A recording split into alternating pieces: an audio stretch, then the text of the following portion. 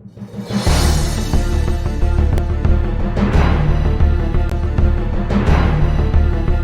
शहर में पुलिस ने सभी चोरों की नाक में दम कर रखा था। सारे चोर एक के बाद एक पकड़े जा रहे थे। बस एक चोर जैसे तैसे करके एक जगह पे जा छिपा था। तब उसे ख्याल आया कि क्यों न मैं भगवा पहनकर साधु बन जाऊं। ये दुनिया चोरों को तो जूता मारती है, लेकिन अगर वही चोर भगवा पहन ले तो उसके पैरों में पड़ी रहती है। इस प्रकार चोर साधु बनकर घूमने लगता है। पाखंडी साधु में एक कला थी कि वो बोलने में बहुत माहिर था।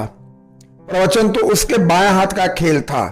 इस कारण साधु की तो निकल पड़ती है। उसके बहुत से शिष्य बन जाते हैं।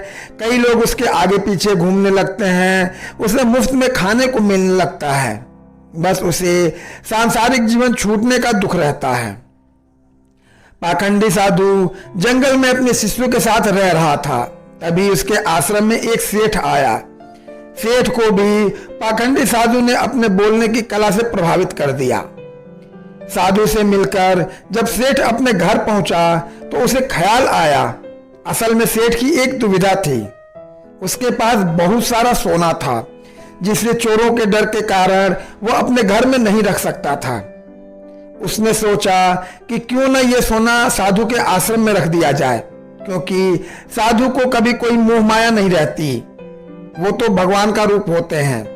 किसी को ऐसे देवता पर शक भी नहीं होगा कि उनके आश्रम में सोना गड़ा हुआ है। ऐसा सोचकर सेठ दूसरे दिन सोना लेकर पाखंडी साधु के आश्रम में आता है और उससे पूरी बात बताता है। फिर क्या था, पाखंडी साधु का तो दिल गदगद हो गया। उसकी आंखें तो उस सोने की पोटली से हट ही नहीं रही थी। उस सेठ ने वो सोने की पोटली आश्रम के एक पेड़ के नीचे दबा दी और वहां से चला गया। अब साधु को नींद कहां आनी थी। वो रात भर उस सोने की पोटली के बारे में सोचता रहा। उसने सोचा अगर ये सोना मिल जाए तो जीवन तर जाएगा, सांसारिक सुख भी मिलेगा जो इस भगवा कपड़ों ने छीन लिया है। इस तरह साधु ने कई सपने देख डाले। दूसरी तरफ सेठ सोने को आश्रम में रखकर संतुष्ट होकर सो रहा था। कुछ समय बीतने पर साधु ने एक योजना बनाई।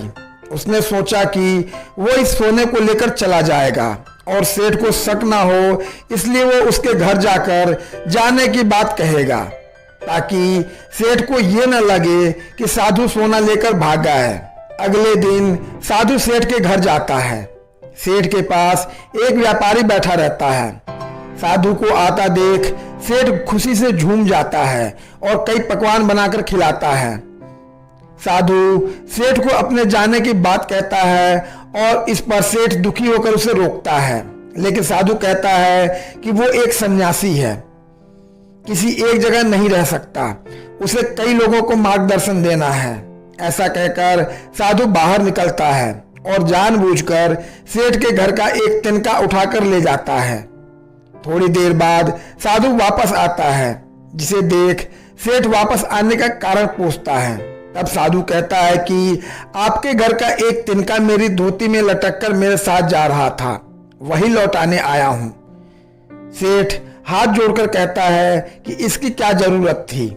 तब साधु कहता है इस संसार की किसी वस्तु पर साधु का कोई हक नहीं है। फिर अपनी बातों से वो सेठ को मोहित कर देता है और वहां से निकल जाता है। यह सब घटना सेठ के पास बैठा वो व्यापारी देखता है और सेठ से पूछता है कि कौन है ये साधु। तब सेठ उसे पूरी बात बताता है, जिसे सुनकर व्यापारी जोर जोर से हंसने लगता है। सेठ हंसने का कारण पूछता है। तब व्यापारी उसे कहता है कि तुम मूर्ख हो, वह पाखंडी तुम्हें लूट के ले गया। जिस पर सेठ कहता है कि कैसी बातें करते हो, वह एक संत है, बहुत ज्ञानी है।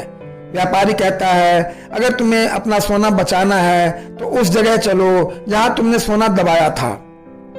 सेठ उसे वहां लेकर जाता है और खुदाई करता है, लेकिन उसे कुछ नहीं मिलता तो वो रोने लगता है। तब व्यापारी उससे कहता है कि रोने का वक्त नहीं है, जल्दी चलो, वो साधु दूर नहीं गया होगा। सेठ और व्यापारी पुलिस को बोलते हैं और पुलिस उस पाखंडी साधु को ढूंढ लेती है। तब सभी को पता चलता है कि वास्तव में यह कोई सिद्ध बाबा नहीं, एक चोर था जिसने अपनी बोलने की कला का इस्तेमाल कर कई लोगों को लूटा था। पुलिस से बचने के लिए इसने भगवा पहन लिया था। सोना मिलने के बाद सेठ की जान में जान आती है। सेठ व्यापारी से पूछता है कि उसे कैसे पता चला कि यह साधु पाखंडी है। व्यापारी ने कहा, वो साधु बार बार अपने आप की तारीफ कर रहा था। संत कितने महान होते हैं, बार बार यही दोहरा रहा था, जबकि जो सच मायने में संत होते हैं उन्हें बार बार इस बात को दोहराने की जरूरत नहीं पड़ती। इसलिए मित्र, आज के समय में जो भगवा पहनकर प्रवचन देते हैं वो सभी संत नहीं होते। धन्यवाद।